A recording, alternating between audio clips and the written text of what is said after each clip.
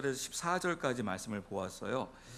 일단 여러분들 1절부터 14절까지 저번 주에를 기억을 좀 생각하시면서 어떤 내용이었는가 한번 읽어보도록 하겠습니다. 그리고 제가 이제 15절부터 제가 이제 읽으면서 볼 텐데요. 일단 1절에서 14절까지 어떤 내용인지 한번 보도록 하겠습니다. 예수님께서 성전을 떠나서 가실 때 그분의 제자들이 성전의 건물들을 보여드리려고 그분께 나아오매 예수님께서 그들에게 이르시되 너희가 이 모든 것을 보지 아니하느냐 진실로 내가 너희에게 이르노니 여기서 돌 하나도 다른 돌 위에 남지 아니하고 다 무너지리라 하시니라. 그분께서 올리브산 위에 앉으셨을 때에 제자들이 은밀히 그분께 나아와 이르되 우리에게 말씀해 주소서 어느 때에 이런 일들이 있으리까 또 주께서 오시는 때의 표적과 세상의 끝의 표적이 무엇이리까 하니 예수님께서 그들에게 대답하여 이르시되 아무도 너희를 속이지 못하도록 주의하라. 많은 사람이 내 이름으로 와서 내가 그리스도라 하며 많은 사람을 속이리라. 또 너희가 전쟁들과 전쟁들의 소문을 들을 터이나 주의하여 불안해하지 말라. 이 모든 일들이 반드시 일어나야 하되 아직 끝은 아니니라. 민족이 민족을 왕국이 왕국을 대적하여 일어나고 곳곳에 기근과 역병과 지진이 있으리니 이 모든 것은 고통의 시작이니라. 그때에 그들이 너희를 넘겨주어 고통을 받게 하고 너희를 죽이리니 너희가 내 이름으로 인해 모든 민족들에게 미움을 받으리라. 그때에 많은 사람이 실족하고 서로 배반하여 서로 넘겨주며 서로 미워하고 많은 거짓 대언자가 일어나 많은 사람을 속이며 불법이 성행함으로 많은 사람의 사랑이 식어지리라. 그러나 끝까지 견디는 자 곧 그는 구원을 받으리라. 왕국의 이 복음이 모든 민족들에게 증언되기 위해 온 세상에 선포되리니 그제야 끝이 오리라. 아멘. 아멘. 우리가 그 하나님의 그 나라, 그 하나님의 나라는 그 세 가지에 의해서 그 이루어지는 것을 볼 수가 있어요. 바로 이제 그 예수님의 그 초림인 그 십자가, 그 다음에 이제 예수님의 이제 그 부활. 그러니까 현재 여러분 이제 이 십자가와 부활은 완성이 되어졌습니다. 그리고 이제 마지막으로 이제 그 예수님의 재림.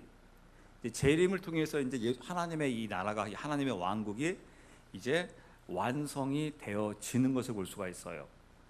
그럼 벌써 이제 아까 좀 전에 말씀드린 대로 이제 두 가지가 이루어졌죠. 예수님의 그 십자가와 이제 부활이 이루어진 것을 볼 수가 있습니다. 이제 마지막인 이제 이 재림이 남아 그 있는 것을 볼 수가 있어요. 그래서 주님께서도 이제 그 마태복음 그 24장을 토대로 해가지고 이 마지막 때를 너희가 이제 그 준비해야 하는, 현재 예수님께서 말씀하실 때는 아직 십자가도 현재 이루어지지 아니했고 부활도 아직 이루어지지 아니했습니다. 그럼에도 불구하고 지금 이 주님의 이 재림 때를, 이 마지막 때를 말씀하고 있는 것을 볼 수가 있어요. 그럼 여러분, 주님께서 지금 이제 2016년도에 우리에게 와서 하나님의 말씀을 전한다고 하게 되면 집중적으로 뭘 전할까요? 이미 이제 십자가와 부활이 이루어졌으니까 당연히 이제 이 재림, 이제 내가 이제 온다, 올 때 너희들이 어떻게 해야 하는지 이 부분을 집중적으로 이제 하겠죠. 그게 바로 무엇이냐면 이 신부 단장이에요. 저희가 그 작년 같은 경우에 새벽에 이제 그 에베소서 말씀을 이렇게 살펴보았는데, 나중에 저희가 이제 에베소서 말씀 여러분 전체적으로 이렇게 보시게 되게 되면 전체적인 맥락을 보게 되면 바로 이러한 부분들이에요. 처음에 이 교회가 어떻게 해서 만들어지게 되었느냐라고 하면서 하나님의 그 예정에 대해서 이 에베소서에 이렇게 나갑니다. 이제 그러다가 갑자기 여러분들이 보시면 나중에 알겠지만은 2장에서 이제 그 원루맨 이야기가 나오면서 이제 나중에 그 5장으로 가게 되게 되면 갑자기 가정 이야기가 나와요. 남편들아, 아내들아라고 하면서 가정 이야기가 나와요. 그리고 이제 6장으로 가게 되게 되면 전신무장을 하라. 이제 그게 바로 무엇이냐면요, 이제 교회가 이제 이렇게 이루어졌다. 그래서 너희 교회가 이제 어떠한 모습이어야 하냐면 바로 이제 에베소 5장의 신부의 모습이어야 한다. 이제 그 신부의 모습이어야 되는데 그 신부가 어떠해야 하느냐? 에베소 6장에 이제 무엇으로 끝납니까? 전신갑주를 입어라. 즉 신부이면서 군사의 모습을 갖고 있어야 한다는 거예요. 그러니까 그 연약한 신부의 모습이 아니라 강인한 신부의 모습이어야 한다는 거예요. 왜냐하면 이 마지막 때를 그 신부로서 승리하기 위해서, 이기기 위해서 너희가 이제 이 마지막 때는 신부의 모습, 이거를 다른 말로 하게 되면 신부의 영성을 가지고 이제 그 신부가 강인한 그 전신 갑주를 입은 자로서 그 주님의 그 재림을 맞이할 것을 성경에서 우리에게 말씀해주고 있는 것을 볼 수가 있습니다.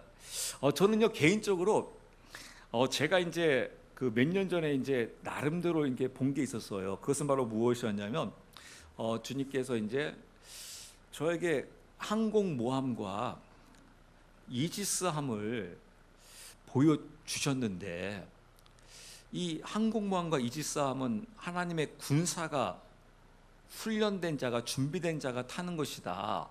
그 거대한 것을 이제 보여주셔서 저에게 있어서는 계속 그 부분 가지고 이제 기도를 하는 거예요.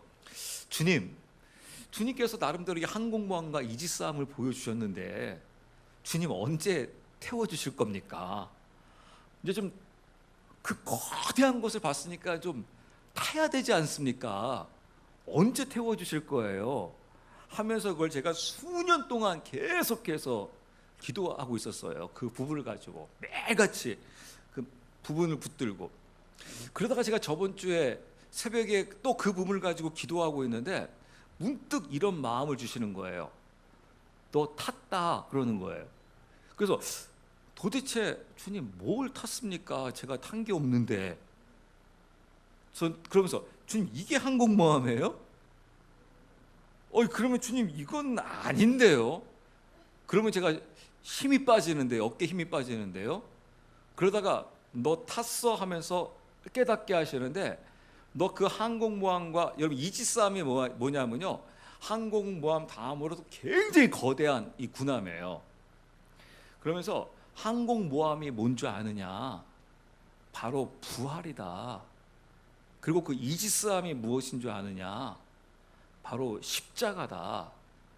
그러면서 저한테 다시 이 현수막을 보여주시는 거예요. 이 신부가 마지막 때 너희가 이 두 날개, 이 항공모함 이거를 타고 가야지만 승리할 수 있다. 바로 이 부활과 십자가가 너의 항공모함이요, 너의 이지스함이다. 너의 두 날개요, 너의 신부의 지창금이다. 이것을 부활과 이 십자가를 붙들지 않고서는 나중에 다 무너질 수밖에 없다 하면서 제가 주님 진짜 탄 건가요?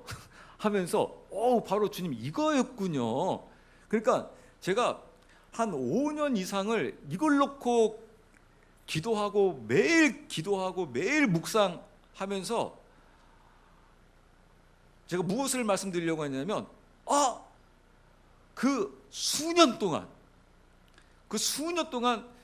주님 태워주세요, 알기를 원해요, 깨닫기 원해요 라고 수년 동안 기도했으니까 여러분 얼마나 많이 기도한 겁니까?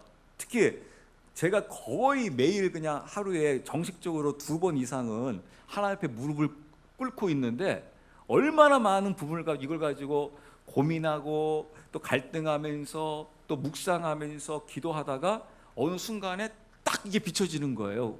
그래서 이거였구나. 그런데 왜 내가 진짜 못 봤을까? 그러니까 이게 항공모함이라는 걸 몰랐던 거예요. 이게 이스라엘이라는 걸 몰랐던 거예요. 근데 어느 순간에 그것이 딱 열리고 비춰지는 겁니다.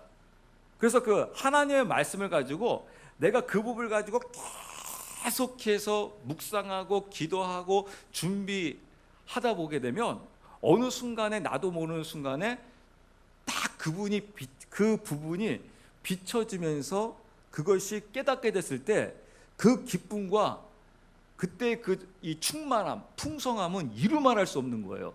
그럼 그때 이제 막 하나님과 이제 제 나름대로 제 마음속으로 막 그 대화가 이루어지는 겁니다.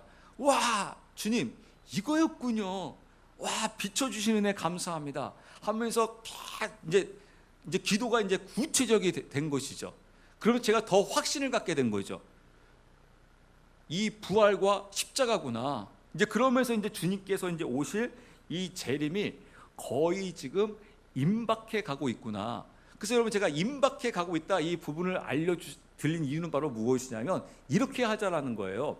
제가 여러분 이런 말씀 드린 적이 있었습니다. 이스라엘 백성들이요, 그 성전 수르바벨 그 성전을 다시 이제 그 재건할 때 또 성벽을 재건할 때 어떻게 이스라엘 백성들이 이 재건을 하냐면, 한 손에는, 그러니까 어깨에는 칼을 차고 이 손으로는 곡괭이로 일을 하면서 이 성전과 성벽을 건축을 해요. 다시 말씀드려서 완전 무장을 하면서 성전 건축과 성벽 건축이 이루어지는 것을 볼 수 있습니다. 계속해서 전방을 주시하면서 만약에 적이 나타나면 언제든지 싸울 준비를 하면서, 즉 완전 무장을 하는 거잖아요. 약간 에베소 6장의 말씀처럼 전신갑주를 입고 언제든지 싸울 태세를 가지고, 그러면서 무엇을 하고 있습니까? 성전과, 이 성전을 건축했다는 건 바로 뭐예요? 하나님의 집을 건축했다는 것이죠. 그다음에 성벽을 건축했다는 건 바로 뭐예요? 지금으로 치게 되게 되면 우리의 삶 가운데 뭐 직장이든지 학생이든지, 학교는 학교 나름대로 열심히 다니고 공부하면서 직장생활 열심히 하면서 어떠한 상태로 다니는 겁니까? 항상 무장되어 있는 상태로 다니는 것이죠. 이게 바로 여러분 마태복음 24장의 정신이에요. 지금 그리스도인들은 이래야 한다는 거예요. 어떠한 상황 속에서든지 바로 주님이 오시게 되게 되면 바로 주님을 맞이할 수 있는 그런 상태, 그런 그 상태에서 하루하루를 살아가야 한다는 것입니다. 이게 바로 성경에서 우리에게 말씀하고 있는 부분이고, 제가 마지막 때를 이야기하는 부분이 이건 거예요. 우리가 과거처럼 뭐 시한부 종말론처럼 이제 마지막 때가 이제 됐으니까 여러분 있는 재산 다 팔아버리고 흰 옷 입고 교회 나와서 그거 다 헌금 다 하고 합시다. 그게 아닌 거예요. 이제 이 마지막 때가 됐으니까 여러분 직장 열심히 다니십시오. 학교도 열심히 다니십시오. 그러나 중요한 것은 그와 더불어서 그리스도인으로서의 완전 무장이 되어져 있어야 합니다. 신부로서 준비가 되어져 있어야 합니다. 그것을 주님께서 지금 우리에게 말씀해 주고 계시다라는 것을 우리가 말씀을 통해서 알게 되는 것입니다. 그래서 13절에 뭐라고 되어 있습니까? 끝까지 견디는 자 곧 그는 구원을 받으리라. 끝까지 견디는 자가 구원을 받는다라는 거예요. 그래서 이 구원이라는 단어를 여러분들이 유심히 봐야 합니다. 하나님께 주시고자 하는 축복은 바로 무엇이냐면 구원의 축복이에요. 근데 여러분 잘 아셔야 되는 게, 여러분 성경 이걸 잘 아셔야 됩니다. 성경은요, 이게 딱 너희가 구원을 받았다 끝났다가 이 완료형으로 이게 끝나는 게 아닙니다. 이게 딱 끝났다가 이제 그 다음부터는 ing 진행형으로 계속해서 이어집니다. 이 구원을 이루기 위해서 계속해서 달려갈 것을 성경에서 이야기해요. 그래서 견디지 못하는 자는 어떻게 된다는 거예요? 견디지 못하는 자는요, 그에게 구원의 생명이 없다는 겁니다. 이 말씀 속에 여러분, 구원을 받으리라, 끝까지 견디는 자에게 내가 너에게 큰 상급을 주리라, 그것이 아니에요. 지금 상급을 가지고 이야기하고 있는 것이 아니라 구원을 가지고 이야기하고 있다는 것을 성경을 통해서 우리가 분명히 알아야 됩니다. 그래서 그리스도의 그 하나님의 은혜를 받은 자들이 끝까지 그런 부분들을 견뎌서 그 주님의 길을 걸어가야 되는 거죠. 근데 여러분, 이걸 끝까지 견디려고 하면 나의 의지와 나의 힘으로는 못 견뎌요. 사실 여러분, 우리 결심으로는 못 견딥니다. 이걸 성경에서, 이것은 여러분 우리의 결심을 촉구하는 게 아니에요. 왜냐하면 결심을 촉구하게 되면 우리가 얼마나 약한 자인 줄 알아요. 제가 우리 학생에서도 이제 그렇게 이제 가르치거든요. 결심 많이 한 사람일수록 결심은 금방 깨진다. 성경에서는 네가 결심을 촉구하는 게 아니라 이 끝까지 견디는 자는, 누가 끝까지 견디느냐면, 제가 계속해서 말씀을 반복해서 말씀드리는 것은 그리스도가 나의 머리여야 되는 거예요. 나의 머리가 되지 않게 되게 되면 견딜 수 없다라는 거예요. 왜냐하면 이 내 눈앞에 보이는 당장 세상을 보게 되게 되면 나의 결단과 나의 의지로는 못 이겨요. 왜냐하면 세상이 너무 세기 때문에, 너무 강력하기 때문에. 제가 아까 한 지체에게도 이제 그런 이야기를 했었는데요. 제가 요새 나오는 그 휴대폰인 이 갤럭시 노트 7을 제가 쓰고 있었어요. 그래서 여러분 다 알다시피 지금 그게 문제가 생겨가지고 우리나라뿐만 아니라 전 세계적으로 다 리콜에 들어간 거예요. 그래서 그 휴대폰을 이제 새 거로 가는데 갈기 전에 이제 저한테 이런 제가 문자를 왔거나 제가 신문을 보았나, 그건 제 생각이 정확히 나질 않습니다. 무슨 문자를 받냐면, 이제 이 휴대폰을 계속해서 100% 이상 충전하게 되게 되면 휴대폰이 터질 수가 있기 때문에 불이 날 수 있기 때문에 100% 충전을 못 시키게 하고 60%만 충전을 시키게 하겠다는 거예요. 그래서 저는 어떻게 해서 60%만 충전을 시키나, 그럼 내가 계속해서 이렇게 보고 있어야 되나? 그러다가 한 60% 넘으면 내가 딱 코드를 뽑아야 하나? 그럼 우리 소비자가 너무 불편하잖아요. 아니면 뭔가 이렇게 삼성에서 프로그램을 만들어 가지고 나한테 보내주게 되면 내가 그것을 그 웹을 다운받으면 이제 그 60%만 받게 하는 건가 하면서 이제 있었는데, 어느 날 갑자기 제 휴대폰이 이 소비자인 주인인 제가 어떻게 컨트롤할 수 없이 갑자기 막 휴대폰이 뭔가 막 돌아가고 있는 거예요. 뭐가 막 프로그램이 뭐가 막 움직여요. 그때는 끌 수도 없고 제가 어떠한 작동 아무것도 안 돼요. 잠깐 몇 분 동안 뭐가 막 강제적으로 막 돌아가는 거예요. 그게 딱 돌아가다가 이제 다시 정상적으로 딱 되고 난 이후부터는 충전이 60% 이상이 안 되는 거예요. 제가 하루 종일 꽂아놔도 딱 그럼 메시지가 딱 떠요. 그 위험한 당신의 휴대폰을 언제 기간이 됐으면 바꾸시고, 현재 그 바꾸기 전까지는 당신의 휴대폰은 60%만 충전이 됩니다.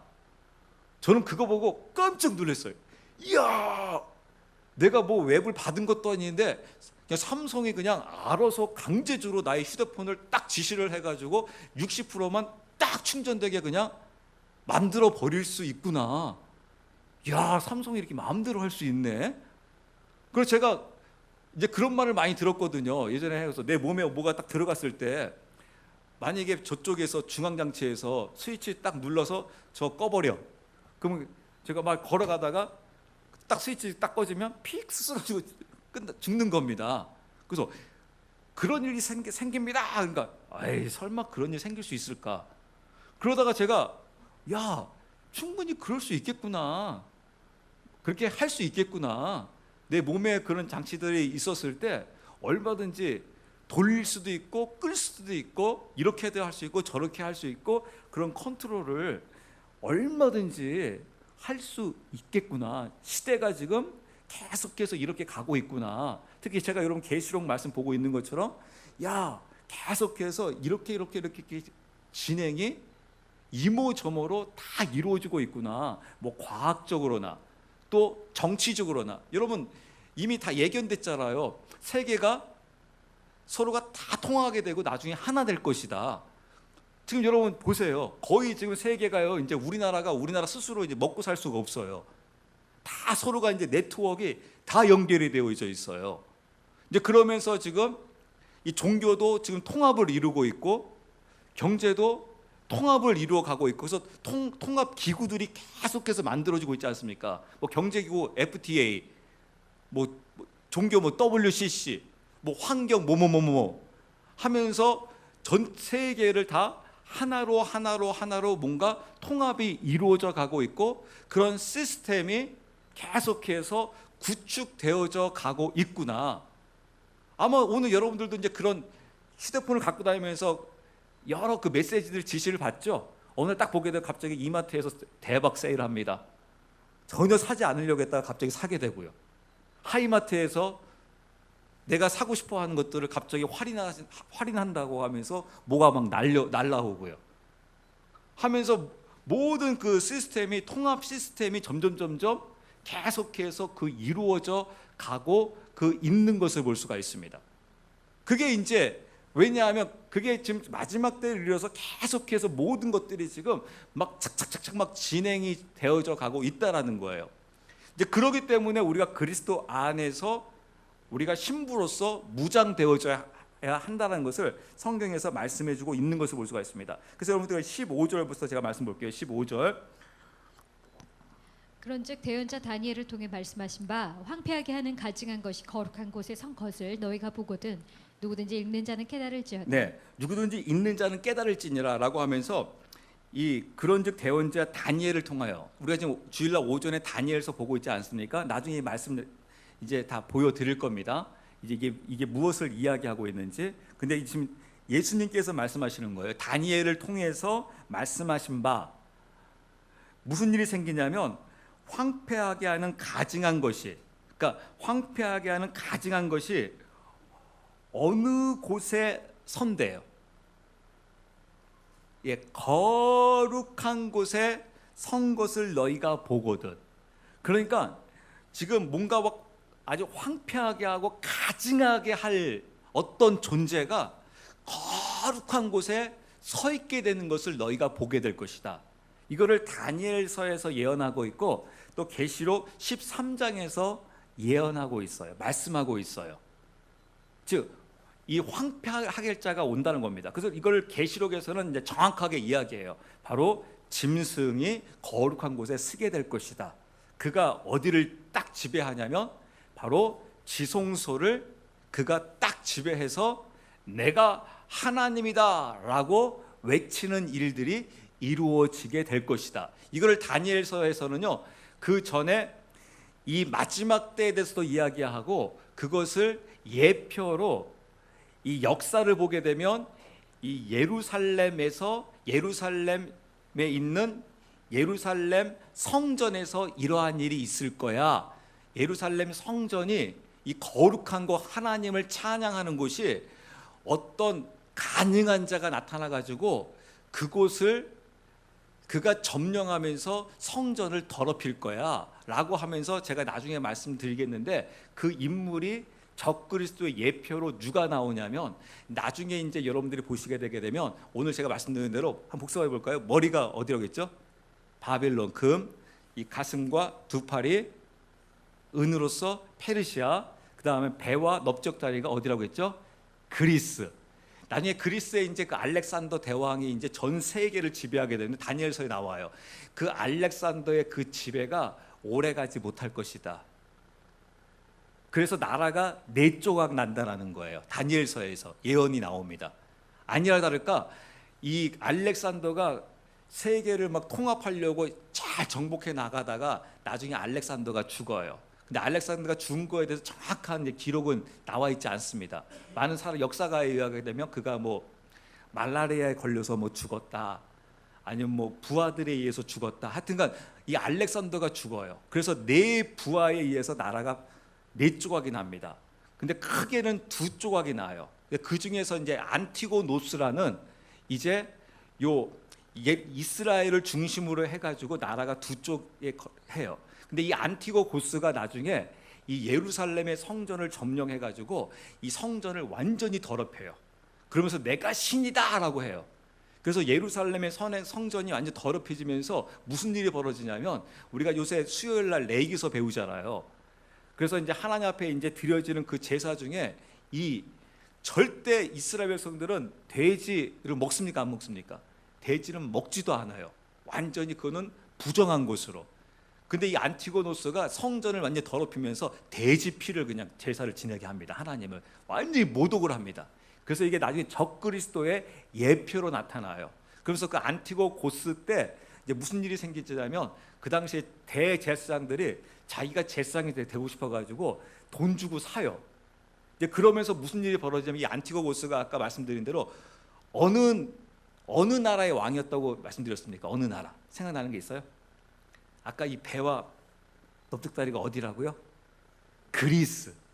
이 그리스가 바로 무엇이냐면, 안티고노스가 하려고 하는 게 바로 무엇이냐면 전 세계를 다 헬레니즘화 하려고 그래요. 헬레니즘. 그래서 헬레니즘을 하면서 이제 무엇을 세우기 시작하냐면 신정과 더불어 가지고 체육관을 세워요. 그래서 여러분 올림픽 있죠. 올림픽이 어디서 나옵니까? 그리스에서 나오잖아요. 체육관을 세웁니다. 체육관을 세워가지고 그곳이 바로 무엇이냐면요, 이 하나님이 아닌 이 우상 숭배를 하는 본고지로 세웁니다. 그래서 예루살렘에다가 이 체육관을 세우게 합니다. 체육관. 그래가지고 어떻게 해서든지 이 히브리 민족에게 헬레니즘이 들어가게 만들어요. 헬레니즘. 그래가지고 헬레니즘이라는 건 바로 뭐냐면 인본주의입니다. 그래서 히브리 문화는 하나님의 중심인데 헬레니즘을 집어넣어가지고 짬뽕을 시켜요. 짬뽕을 시켜가지고 어떻게든지 하나님의 색채를 없애버리려고 합니다. 그게 이제 요 체육관의 역할이에요. 그래서 여러분들이 요새 보시게 되게 되면 영화 여러분 배너 나온 거 있죠. 배너가 이제 마지막에 막 그 말 달리면서 막 그 체육관에서 이제 막 경주하는 게 나옵니다. 그러면서 이제 그때 마지막 이 요번에 배너 뭐 이런 보시게 되게 되면 그 영화 굉장히 잘 만들어서 한번 꼭 보시기 바랍니다. 참 좋습니다. 재밌습니다. 근데 마지막에 이런 말을 해요. 이 마지막에 배너 그 주인공이 이기면서 여기가 이기지 않았느냐, 그러니까 그 총독이, 그 빌라도 총독이 뭐라고 하냐면, 아니다, 우리가 이 로마가 진 것 같은데 우리가 이겼다.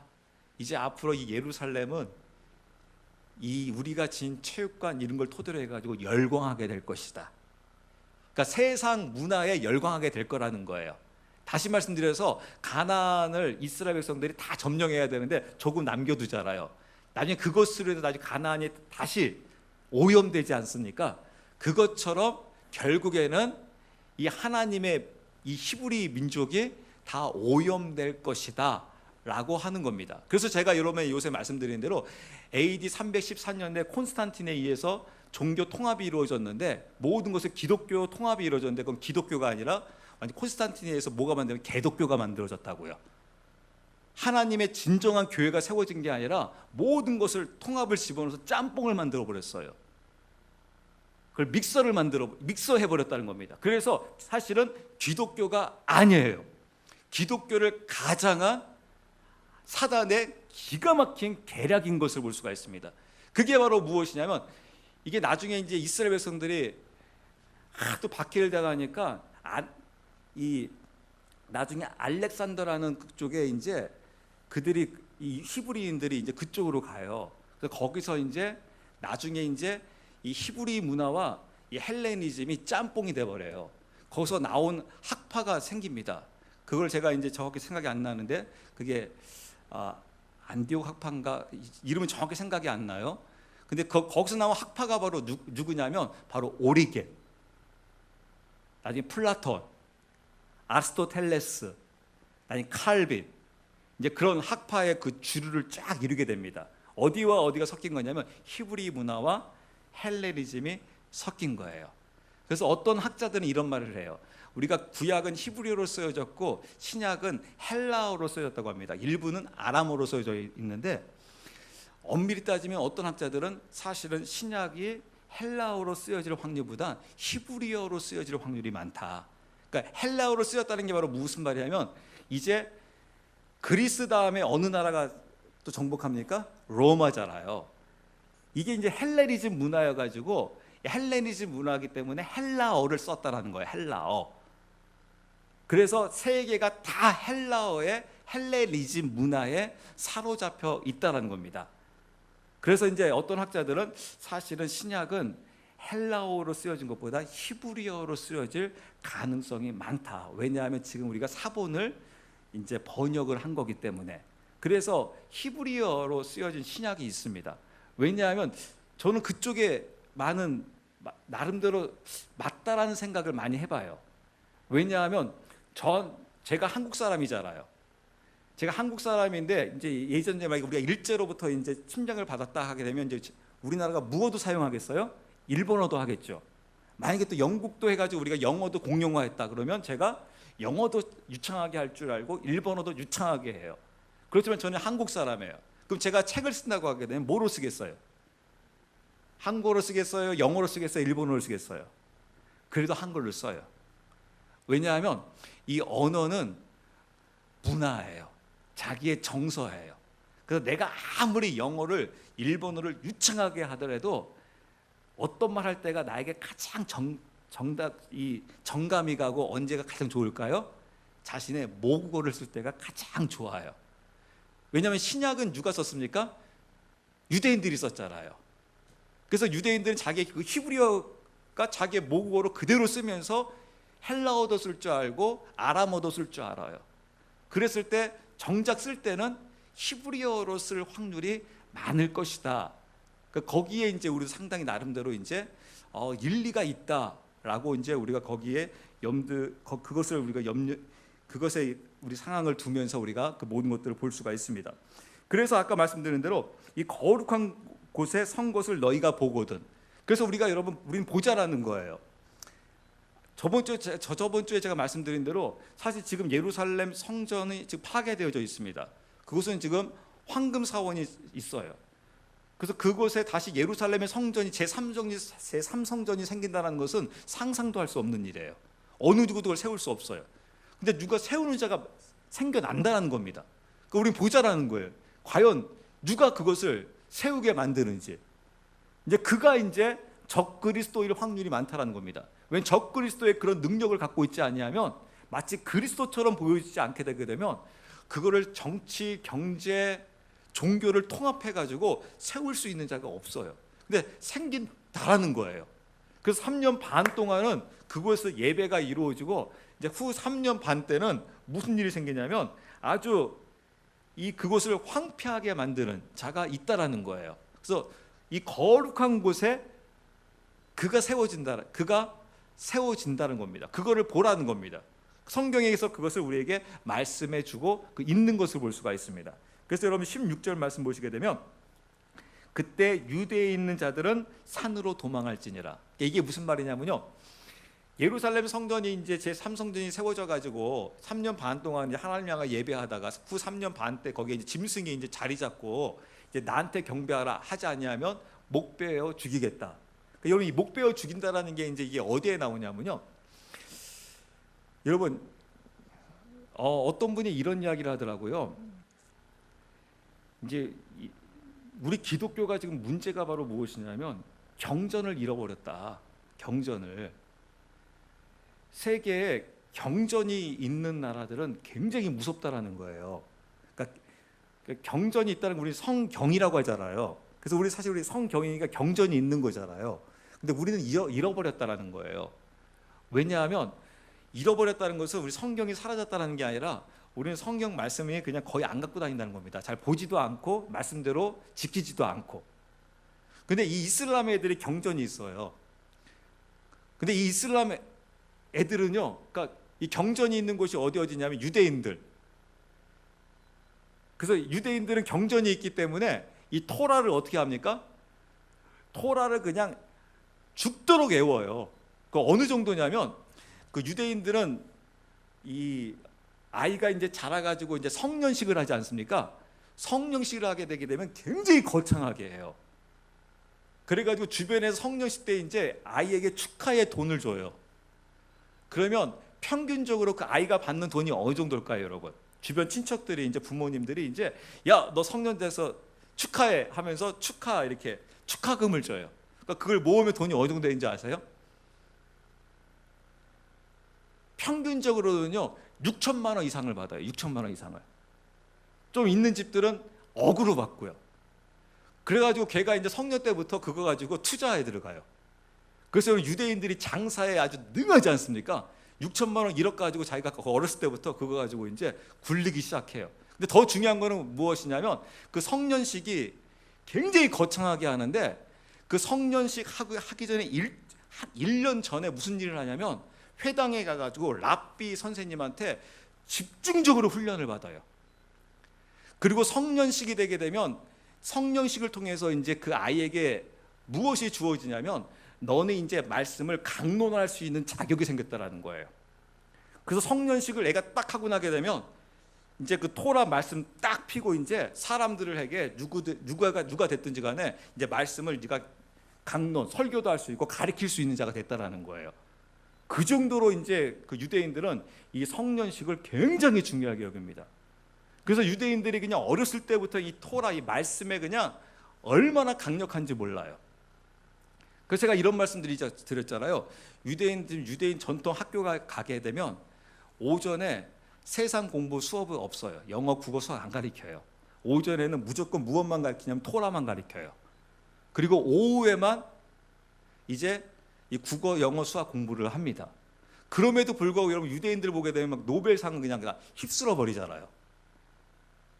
그래서 제가 새벽 얘기도 말씀드렸는데 이 강주에도 그런 학교가 있더라고요. 대한학교로 해가지고 그 학교는 이제 이 들어오게 되면 이제 그 대한학교들이 이제 우리나라 같은 경우에는 공부 잘해서 가기보다는 이제 집에서 이제 너는 이제 포기다. 도저히 안 되겠다. 이제 그런 애들 이제 막 보내고 막 그러지 않습니까?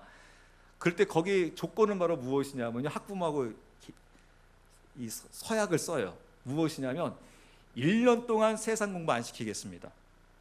학교 가요. 1년 동안 국어, 영어, 수학 아무것도 공부 안 시키겠습니다. 거기 표현은 이래요. 제 학생들의 애들의 머리, 지금 청소년들 머리에 다 똥이 들어있다라는 거예요. 다 더러운 곳이 들어있다라는 거예요. 그거 지우지 않는 이상은 지금 애들은 대책이 없다라는 거예요. 그걸 지우려면 최소한 1년이 필요하다는 거예요. 그러니까 1년 동안 무엇만 하느냐? 1년 동안 성경만 가르치겠다라는 거예요. 그러면서 얘 머릿속에 있는 세상 것들을 다 거기 표현입니다. 이 똥을 지우겠다라는 거예요. 똥을 지우고 여기에 이제 말씀을 집어넣겠다라는 거예요. 말씀을 집어넣지 않게 되게 되면 방법이 없다라는 거예요. 요새 대체 방법이 없다라는 거예요. 이제 그래가지고 이제 시킵니다. 왜냐하면 말씀이 들어가게 되면 얘한테 어마어마한 나중에 엄청난 것들이 나오기 시작한다는 거예요. 능력이 나오기 시작한다는 거예요.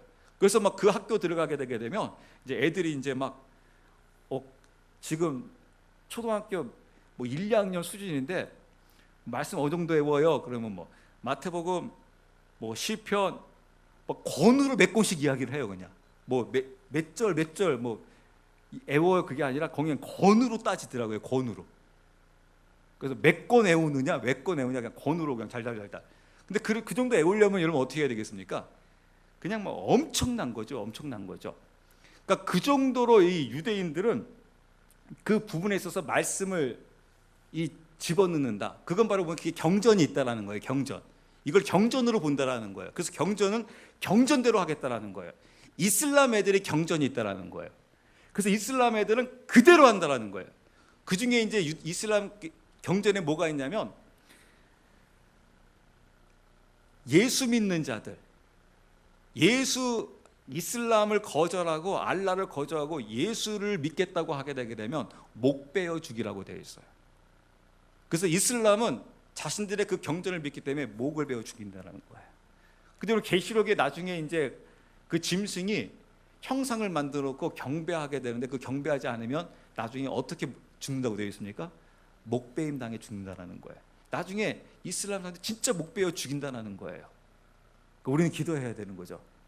걔네들이 칼 잘 갈아서 목 베어야지 괜히 녹슨 걸로 해가지고 그냥 목 뺀다고 그냥 계속 막 그냥 치고 있으면 이거 안 되니까 한 번에 쓱 가야 되니까 이제 농담으로 이야기를 하는 겁니다. 근데 이제 하여튼 그들의 경전이 있다라는 거. 근데 우리는 경전이 없다라는 거예요. 경전이 있다고 하게 되면 우리는 말씀대로 반드시 살게 되어 있다라는 거예요. 말씀을 보고 말씀대로 지켜 나간다라는 것이죠. 그래서 이것이 여러분 우리의 경전을 하나님께서 지금 우리에게 분명하게 말씀해 주고 있어요. 누구든지 읽는 자는 깨달을지니라. 그래서 말씀 조금만 더 볼게요. 16절. 그때 유대에 있는 자들은 산으로 도망할지라. 아까 말씀드린 거룩한 곳에 이제 짐승이 서가지고 이제 경배하지 않게 되게 되면 목 베어 죽인다라는 거예요. 그러니까 이제 특히 예루살렘에 있는 자들은 굉장히 위험하잖아요. 이제 그래서 뭐라고 이야기하냐면 아까 이야기 나오는 거죠. 유대에 있는 자들은 산으로 도망하라. 산으로 도망가라라는 거예요. 그 다음에 17절. 지붕에 있는 자는 자기 집에서 무엇을 취하려고 내려가지 말라. 18절. 들에 있는 자는 옷을 가지러 되돌아가지 말지어다. 19절. 그 날에 아이벤 자들과 젖 먹이는 자들에게 화가 있으로다. 그러나 너희의 도피하는 일이 겨울이나 안식일에 일어나지 않도록 너희는 기도하라 라고 하면서 이때 떠나야 한다는 거예요. 근데 여러분 이게 나중에 제가 이제 계시록 말씀 더 구체적으로 말씀드린다고 하게 되면 이런 말씀 제가 말씀드리죠. 나팔 부러지게 되게 되면 이제 하나님께서 이제 무슨 일을 하시게 되냐면 나팔을 토대로 해가지고 이제 이 세상을 치시기 시작하는데 그때 이제 우리 그리스도인들을 위해서 세상 줄을 끊어준다고요. 왜냐하면 세상 줄을 끊어주지 아니한 상태에서 떠나라 하면 떠날 수 있을까요? 없을까요? 못 떠나요. 왜냐하면 세상 줄이 우리에게 너무나 이게 강력하기 때문에 우리 스스로 끊지를 못해요. 그게 여러분 출애굽입니다. 출애굽. 이스라엘 백성들을 하나님께서 바로 출애굽을 시키게 되게 되면 이스라엘 백성들이 못 떠나요. 근데 여러분 이스라엘 백성들이 광야로 떠나려고 한 이유가 뭔지 아세요? 모세가 바로한테 이렇게 이야기해요. 왜 떠나려고 하느냐? 그러니까 예배 드리려고 한다고요. 예배 드리기 위해서. 그러니까 또 바로가 기가 막히게 이야기를 합니다. 그러면 여기서 예배 드리면 되잖아. 예배 드리게 해줄게. 그럼 할렐루야잖아요. 그런데 또 모세가 뭐라고 하냐면 우린 예배를 드리기 위해서 3일 길을 떠나야 한대요. 이게 바로 무엇입니까? 세상과 끊어야 한다는 거예요. 세상께 연결된 상태에서 하나님 앞에 예배할 수 없다는 거예요. 지금의 원리로 하게 되면 여러분 할렐루야 있잖아요. 얼마든지 바로 여기에서 그냥, 그러니까 바로가 바로라서 그런지 바로 여기서 드리래요 그냥. 그래서 여기서 예배 드리면 우리는 그냥 그래 여기서 드리면 되는 거예요. 그럼 굳이 바로 하고 싸울 필요도 없잖아요. 그리고 광야 힘들게 3일 길로 갈 필요도 없잖아요. 근데 하나님 앞에 예배하기 위해서 떠나야 한다는 겁니다. 그래서 하나님 앞에 예배할 때는 지금 이걸 적용한다고 하게 되게 되면 어떻게 적용해야 됩니까? 하나님 앞에 예배할 때 우리가 세상 것을 끊고 예배 드려야 돼요. 이게 연결된 상태에서 예배 드리게 되게 되면 예배 못 드린다라는 거예요. 저도 가끔씩 이제 봉사하다가 이것을 느껴봐요. 저희가 이제 이렇게 봉사 보면 이제 좀 가까운데 봉사할 때 있고 하태도처럼 멀은데 봉사하고 저번에 몽골 같은데 봉사하잖아요. 저희 역사상요, 몽골 가가지고 중간에 떠나온 사람 한 사람도 없어요. 하태도는 가끔씩 중간에 가시는 분이 있어요. 그러니까 멀리 가면 갈수록 중간에 오시는 분이 없어요. 가까이 가면 갈수록 중간에 이동이 많아요. 중간에. 근데 딱 이미 이제 몽골 딱 가니까 다 뭐 어떻게 할까요? 그냥 다 포기해요 이제. 그러니까 다 끊고 간다는 거예요. 끊고. 그래서 이게 여러분 굉장히 중요합니다. 이 연결되어 있지 않다라는 게, 하나님 앞에 예배할 때는 이게 연결고리가, 세상과 연결고리가 되어 있으면 안 된다라는 거예요. 끊어져야 한다라는 거예요.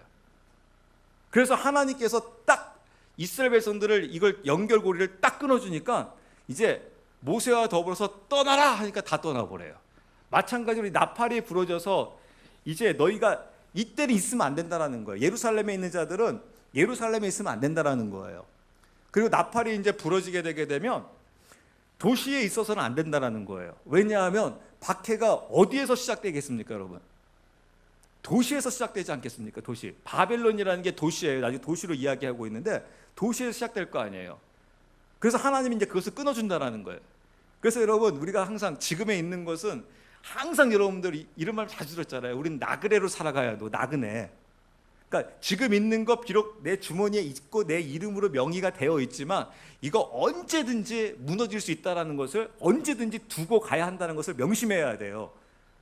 그것을 여러분 우리가 이 어디서도 우리가 알 수 있냐면 바로 이 롯을 통해서도 알 수 있잖아요. 롯의 아내를 보라고 하잖아요. 성경에서 뭐라고 되어 있습니까? 아내가 무엇 때문에 그 아내가 돌기둥이 되어버렸습니까? 세상 것, 그 미련 때문에, 그 두고 온 것 때문에 그것을 딱 버려버리고 딱 떠나야 되는데 좀 많이 살았나 봐요. 이 소돔과 고모라가 너무 문명이 발달한 휘황찬란한 곳이어가지고 특히 여자들이 이제 그 욕심 부리는 거 많이 있잖아요. 그런 것들 많이 살았나 봐요. 근데 그거 두고 오려니까 얼마나 아까웠겠습니까, 그냥. 그러니까 다시 한번 돌아보고 다시 한번 돌아보고. 여러분 이제 그 지진 나고 하니까 항상 미리 쌓아놓으세요, 여러분. 언제 뛰어나가야 될지 이제 모를 겁니다, 여러분. 나중에 다시 또 들어갔다가 큰일 납니다, 여러분. 나올 때 한꺼번에 잘 갖고 나오십시오. 그래서 이거를 다 끊고 나가야 한다는 거예요.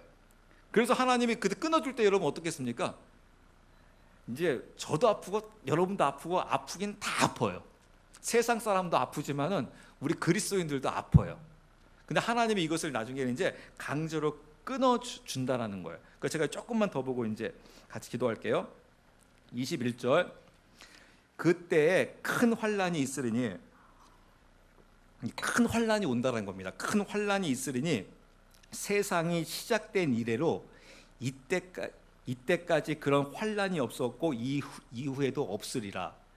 그러니까 없다라는 거예요. 없다라는 거예요. 이전에도 없었고 이후에도 없을 것이다. 왜냐하면 큰 환난이 올 것이다. 22절. 그 날들이 짧아지지 아니하면 어떤 육체도 구원을 받지 못할 것이로되 선택받은 자들을 위하여 그 날을 짧아지니라. 얼마나 감사한지 몰라요. 이 환난의 기간이 너무 길면요, 이걸 견딜 수 있는 자가 없다라는 거예요. 제가 얼마 전에 이렇게 독립 운동하는 그 영화를 본 적이 있었는데 거기서 고문하는 장면이 나와요. 고문하는 장면이 잠깐 나오니까 그 보는 사람들 다 어땠을까요? 하나같이 다 이러더라고요. 너무 무섭다라는 거예요. 저도 무서워요, 고문하게 되면. 그러니까 이 고문에서 견딜 수 있는 자들이 하나님도 아신다라는 거예요. 얼마 안 된다라는 거예요. 그래서 여러분 이 목 베어 죽는다는 게 너무너무 감사한 겁니다. 그래서 하나님이 이 기간을 그리스도인들을 위해서 짧게 해줬대요. 할렐루야. 여러분 그래서 너무너무 좋은 거예요. 이 짧아져서 아까 제가 칼 그 걱정하지 말라고 걱정 안 해도 되는 게 칼날이 굉장히 날카로워요. 왜냐하면 이 사단이 알기 때문에 시간이 없어요.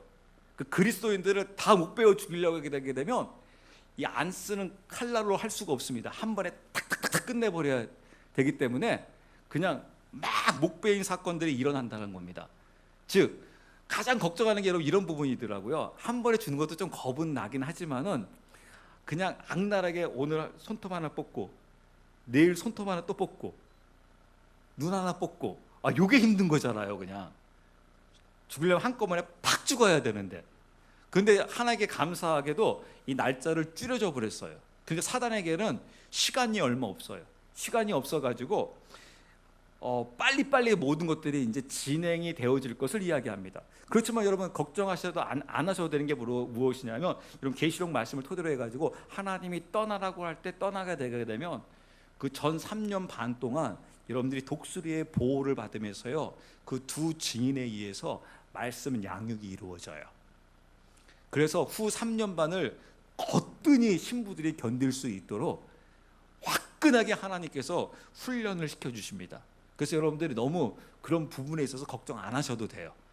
하나님의 말씀대로만 우리가 있으라 하면 있고 떠나라 하면 떠날 수 있는 그런 그 모습으로 살아가면, 즉 하나님의 말씀대로만 살아가면 됩니다. 그래서 23절 말씀 볼게요.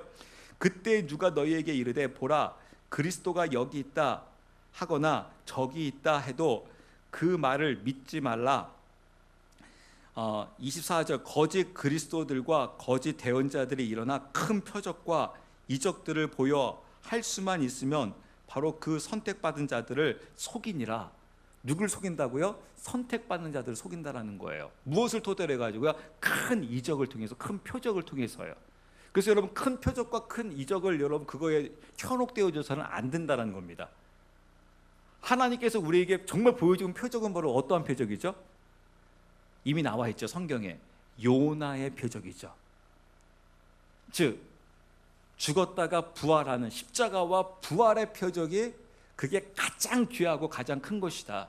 내 눈앞에서 막 그냥 기적이 행해지고 막 그냥 뭐 바다가 갈라지고 내 눈앞에서 막 안진뱅이가 일어나고 막 하더라도 그는 뭐라는 거예요? 거짓 대언자라는 거예요. 거짓 선지자라는 거예요. 거기에 현혹되지 말라는 거예요. 그러니까 지금 능력 있는 자에 여러분 현혹되지 말라는 겁니다. 왜 제가 이 부분 가지고 제가 굉장히 기도를 많이 했었어요. 어떤 분과 기도 많이 했냐면 주님 저에게도 좀 능력을 좀 주십시오. 이 십자가의 부활 여기까지 본 건 주님 감사합니다. 그런데 주님 좀 능력을 팍 보여야지 그냥 이겁니다 딱 제시했을 때 딱딱 따라오지 않겠습니까? 그래서 지금 저에게 능력이 좀 필요합니다 하다가 저에게 문득 계시록 말씀을 바라는 느낌이 드는 거예요. 계시록 어떤 부분이었냐면 빌라델피아 교회를 보라는 거예요. 그래서 그 빌라델피아 교회 보다가 처음에는 실망됐다가 두 번째는 위로가 됐어요. 처음에 왜 실망했냐면 이 빌라델피아 교회에 대해서 뭐라고 이야기하냐면 이 너희에게 능력이 없으나 주님의 길을 끝까지 쫓아가는 자에게 복이 있도다. 그러니까 그 말씀 볼 때 주님 저에게 능력 안 준다는 거군요. 그런데 누가 귀하다고 되어 있냐면 지금 눈에 보이는 그런 능력 그런 기적이 너에게 보여지지 아니하나 주님의 길을 끝까지 쫓아가고 있는 자가 귀할 것이다. 그러니까 능력이 지금 누구에게 더 크게 나타난다는 거예요. 거짓 대언자에게 능력이 나타난다는 거예요. 더 크게. 왜냐하면 사람들이 현혹하기 위해서 너에게 표적을 구하나 내가 너에게 보여줄 표적은 바로 어떠한 표적이라니까 십자가와 부활이라는 거예요. 요나의 표적이라는 거예요. 이것처럼 큰 표적이 어디 있겠느냐? 이것처럼 큰 능력이 어디 있겠느냐? 이게 최고의 능력이고 최고의 큰 표적이라는 거예요. 근데 저는 이제 무엇을 구했습니까? 주님 그것도 좋고 그냥 제가 손 한번 딱 얹으면 그냥 팍팍 낫고 그냥 암도 팍 치료해지고 그냥 손 얹으면 그냥 딱 알아맞히면서 내일 조심해 막 그렇게 막 능력 나타나고 그러면 그냥 그대로 막 껍벅벅 그냥 할 거 아니겠습니까? 그래서 때로는 좀 마음 아픈 일이지만은 어떤 그 최면가가 그런 얘기 했잖아요. 최면가가 한국에 기라성 같은 목회자들이 자기 밑에 와서 배운다라는 거예요. 그래서 한 방이면 딱 쓰러뜨릴 수 있게 만들어 줄 수 있다라는 거예요. 거기 현혹되지 않겠습니까? 저도 하고 싶어요. 할 수만 있다 그러면 그냥 한 번만 탁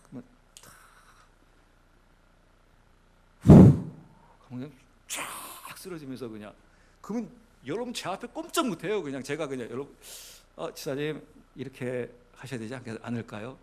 야 목사님 알겠습니다. 말씀하십시오. 막 나올 겁니다. 왜냐하면 한 번 바람만 불어도 그냥 50명이 그냥 쫙 넘어지고 그냥 얼마나 멋있어요. 그러면 목회하기가 굉장히 편하고 굉장히 좋잖아요. 그런데 이 마지막 때의 거짓 대언자들이 이런 일들을 막 보이기 시작한다는 겁니다. 그래서 거기에 현혹되지 말라는 거예요. 그러면 여러분 물론 목회자 중에서 능력자 중에서 있습니다. 무조건 다 없는 게 아닙니다. 근데 이제 그분들을 볼 때 여러분들 무엇으로 항상 구분을 하셔야 되냐면 정말 저분이 하나님의 말씀과 하나님의 능력으로 저것을 행하나 안 행하나를 항상 여러분들 열매로 확인하셔야 돼요. 그건 바로 무엇이냐면 제일 첫 번째 가장 중요한 게 바로 무엇이냐면 저분에게 회개에 합당한 열매가 맺혀지고 있냐라는 거예요. 왜냐하면 회개에 합당한 열매가 안 맺혀지게 되면요 그 사람 100% 넘어지게 되어 있어요. 하나님이 설사 그 사람에게 그 능력을 주셨다 할지라도 그에게 회개에 합당한 열매가 나오지 않게 되게 되면 바로 넘어지게 돼 있어요. 저도 마찬가지예요. 만약 하나님께서 이제 내가 너에게 이제 마지막 때에 내가 너에게 필과 너에게 능력 줄게 한번 손 얹어서 기도해봐. 팍 암이 나요. 팍 치료가 이루어져요. 그러면 이제 아까 말씀드린 사람이요 금방 내가 어떻게 되는지 아십니까? 금방 거기엔 사람이 따라오고 돈이 따라오고 막 쏟아지기 때문에 이런 돈과 명예와 물질이 따라오면 금방 어떻게 될까요? 사람이 금방 타락하게 돼요. 그런 순간적이에요. 또 그렇게 주변이 만들어 버려요. 막 돈이 들어오는데 이러면 어떻게 하겠습니까? 그냥 막 갖다 주는데요. 막 헌금이랑 명목 아래 막 그냥 집어넣어 주는데 거기에 타락 안 할 방법이 없는 거죠. 그랬을 때 그에게 계속해서 회개에 합당한 열매가 나오고 있느냐? 그러면요 아무리 저에게 엄청난 명예와 모든 것이 다 들어온다 하더라도 그것을 하나님 보기에 합당하게 다 사용할 수가 있어요. 그러나 그것을 안 하게 되게 되면 안 됩니다, 여러분. 사실 여러분 교회는 어느 정도에 쓸 그 비용만 어느 정도만 두고 교회는 계속해서 물을 흘러가듯이 나가야 돼요. 교회를 건축하겠다고 하면서 돈을 축적하고 있으면 안 됩니다, 여러분. 근데 사실 여러분 그런 유혹이 있어요. 만약에 우리 풍성함께 교회를 건축하고 싶다. 그래도 수년 동안 우리 여러분 한 10년, 20년 동안 우리가 여러분 한 10억, 20억 만들어요. 이건 쓰지 마요. 하고 쫙쫙 만약에 5억, 10억 쫙쫙 만들어가고 있어요. 그러면 든든하지 않겠습니까? 근데 여러분 교회는 그러면 안 돼요. 교회는 어느 정도만 딱 하고 가급적이면 계속 나가야 돼요. 이게 계속해서 흘러가야 돼요. 그래서 막 움직이게 만들어야 됩니다. 그게 바로 교회의 그 역할인 것을 볼 수가 있습니다. 그러니까 제가 이제 말씀을 읽고 기도하겠습니다. 25절 보라 내가 너에게 미리 말하였노라. 26절 그러므로 그들이 너희에게 이르되 보라 그가 사막에 있다 해도 나가지 말고 보라 그가 은밀한 방에 있다 해도 그 말을 믿지 말라. 27절 번개가 동쪽에서 나서 서쪽까지 번쩍이는 것 같이 사람의 아들이 여기서 사람의 아들이라고 이야기할 때는 그 예수님의 그 인성을 이야기할 때는 사람의 아들이라고 하고요. 예수님의 신성을 강조할 때는 하나님의 아들이라고 합니다. 근데 오늘은 그 예수님의 그 인성을 강조하면서 사람의 아들이 오는 것도 그러하리라. 즉 예수 그리스도께서 오는 것도 그리하리라. 그래서 28절 또 어디든지 사체가 있으면 거기로 독수리들이 함께 모여들리라.